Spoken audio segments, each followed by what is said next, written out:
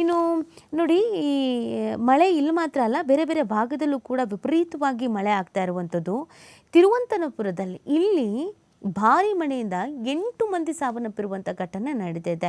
ಶನಿವಾರ ಸುರಿದ ಭಾರಿ ಮಳೆಯ ಪರಿಣಾಮ 8 ಜನರು ಮೃತಪಟ್ಟಿದ್ದು, 8 ಜನರು ನಾಪತ್ತೆ ಆಗಿದ್ದಾರೆ ಅಂತ ಕೇರಳಂನ ಮುಖ್ಯಮಂತ್ರಿ ವಿ ಡಿ ಸತೀಶನ್ ಅವರು ತಿಳಿಸಿದ್ದಾರೆ.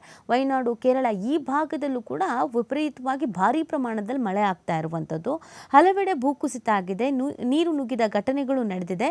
27 ಮನೆಗಳು ಸಂಪೂರ್ಣವಾಗಿ ಹಾನಿಗೊಂಡಿದ್ದು, 196 ಮನೆಗಳಿಗೆ ಭಾಗಶಃ ಹಾನಿಯಾಗಿದೆ. 209 ಕಾಳಜಿ ಕೇಂದ್ರಗಳಲ್ಲಿ 5792 ಜನರಿಗೆ ಆಶ್ರಯ ನೀಡಲಾಗಿದೆ. 13 ಜನರು ಗಾಯಗೊಂಡಿದ್ದಾರೆ ಅಂತ ಮುಖ್ಯಮಂತ್ರಿ ಕಚೇರಿ ಭಾನುವಾರ ಬಿಡುಗಡೆ ಮಾಡಿದ ಹೇಳಿಕೆಯಲ್ಲಿ ತಿಳಿಸಲಾಗಿದೆ. ಇದು ಕೇರಳಂನಲ್ಲಿ.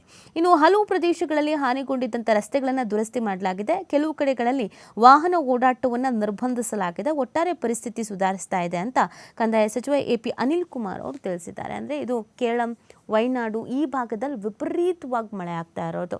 ಸೊ ಅಲ್ಲೂ ಕೂಡ ಕೆಲವೊಂದಷ್ಟು ರಸ್ತೆಗಳನ್ನ ಬಂದ್ ಮಾಡಲಾಗಿದೆ. ನಿಮಗೆ ವಯನಾಡಿಗೆ ಹೋಗುವಾಗ ಅಂದರೆ ಕೇರಳಂ ವಯನಾಡು ಆ ರೂಟ್ ಹೇಗಿದೆ ಅನ್ನೋದು ನೋಡಿದ್ರೆ, ಯಾವ ಪ್ರಮಾಣದಲ್ಲಿ ಕರ್ವ್ ಇದೆ, ಹೇಗಿದೆ ಅಂತ, ಪಿನ್ ರಸ್ತೆ ಇದೆ ಅಂತ ಅದನ್ನು ಬಂದ್ ಮಾಡಿದ್ದಾರೆ. ಬಿಕಾಸು ಯಾವಾಗ ಬೇಕಾದರೂ ಭೂಕುಸಿತ ಆಗ್ಬೋದು. ಆ ಹಿನ್ನೆಲೆಯಲ್ಲಿ ವಾಹನ ಸವಾರರಿಗೆ ಸಮಸ್ಯೆ ಆಗಬಾರ್ದು ಅಂತ. ನಿಮಗೆ ವಯನಾಡು ಕೋಝಿಕೋಡು ಈ ರಸ್ತೆ ಇದೆಯಲ್ಲ, ತುಂಬ ಅಂದರೆ ತುಂಬ ಕರ್ವ್ಸ್ ಇರುವಂಥ ರಸ್ತೆ. ಅದು ಡೇಂಜರಸ್ಸು ಈ ಮಳೆ ಸಂದರ್ಭದಲ್ಲಿ. ಬಿಕಾಸ್ ರಸ್ತೆಗೇ ಮಣ್ಣೆಲ್ಲ ಬಿದ್ದುಬಿಡುತ್ತೆ. ಸೊ ಹಾಗಾಗಿ ಅದನ್ನು ಕ್ಲೋಸ್ ಮಾಡಿದ್ದಾರೆ. ಬದಲಿ ವ್ಯವಸ್ಥೆ ಇದ್ದಿರುತ್ತೆ, ಸ್ವಲ್ಪ ಕಿಲೋಮೀಟರ್ಸ್ಗಳು ವೇರಿಯೇಷನ್ಸ್ ಆಗ್ಬೋದು. ಬಟ್ ಅಲ್ಲೂ ಕೂಡ ವಿಪರೀತವಾಗಿ ಮಳೆ ಆಗ್ತಿರೋದ್ರಿಂದ ಭೂಮಿ ಕುಸಿತ ಇದೆ, ಮನೆಯ ಮೇಲ್ಛಾವಣಿ ಬಿದ್ದೋಗ್ತಾ ಇದೆ, ಮಣ್ಣು ಕುಸಿತ ಆಗ್ತಾ ಇದೆ. ಆಮೇಲೆ ನಿಮಗೆ ಕೇರಳ, ವಯನಾಡಲ್ಲಿ ಇದು ಕಾಮನ್ ಆಗಿಬಿಟ್ಟಿದೆ. ಇತ್ತೀಚಿನ ಮಳೆಗಾಲದಲ್ಲಂತೂ ಮಳೆ ಬಂತು ಅಂತಂದರೆ ಈ ಥರದ್ದು ಏನಾದರೂ ದುರಂತಗಳು ಸಂಭವಿಸಿದೆ. ದೇವರ ನಾಡು ಅಂತ ನಾವು ಹೇಳ್ತೀವಿ ಕೇರಳಂನ. ಬಟ್ ಅಲ್ಲಿ ಎಂತೆಂಥ ಪರಿಸ್ಥಿತಿಗಳನ್ನು ಎದುರಿಸಿದ್ದಾರೆ ಅನ್ನೋದನ್ನು ಈ ಹಿಂದೆನೂ ನೋಡಿದ್ದೀವಿ. ಈಗಲೂ ಆ ಪ್ರಮಾಣದಲ್ಲಿ ಅಲ್ಲದೆ ಇದ್ರೂ 7-8 ಸಾವು ನೋವುಗಳು ಸಂಭವಿಸ್ತಾ ಇರೋದು. ಆ ಥರದ್ದು ಮಳೆ ಅಲ್ಲಾಗ್ತಾ ಇದೆ. ನೋಡಿ, ಮಳೆ ಇಲ್ಲ ಅಂತ ಹೇಳಲಾಗ್ತಾ ಇತ್ತು.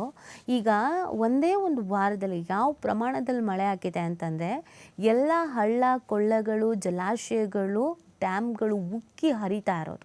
ಆ ಪ್ರಮಾಣದಲ್ಲಿ ವಿಪರೀತವಾಗಿ ಮಳೆ ಆಗ್ತಾ ಇದೆ. ನಮ್ಗೆ ನೋಡಿ, ಕೆಲವು ಭಾಗದಲ್ಲಿ ಮಳೆನೇ ಇಲ್ಲ. ನಿಮಗೆ ಬೆಳಗಾವಿ, ಉತ್ತರ ಕರ್ನಾಟಕ ಈ ಭಾಗದಲ್ಲಿ ಮಳೆನೇ ಇಲ್ಲ.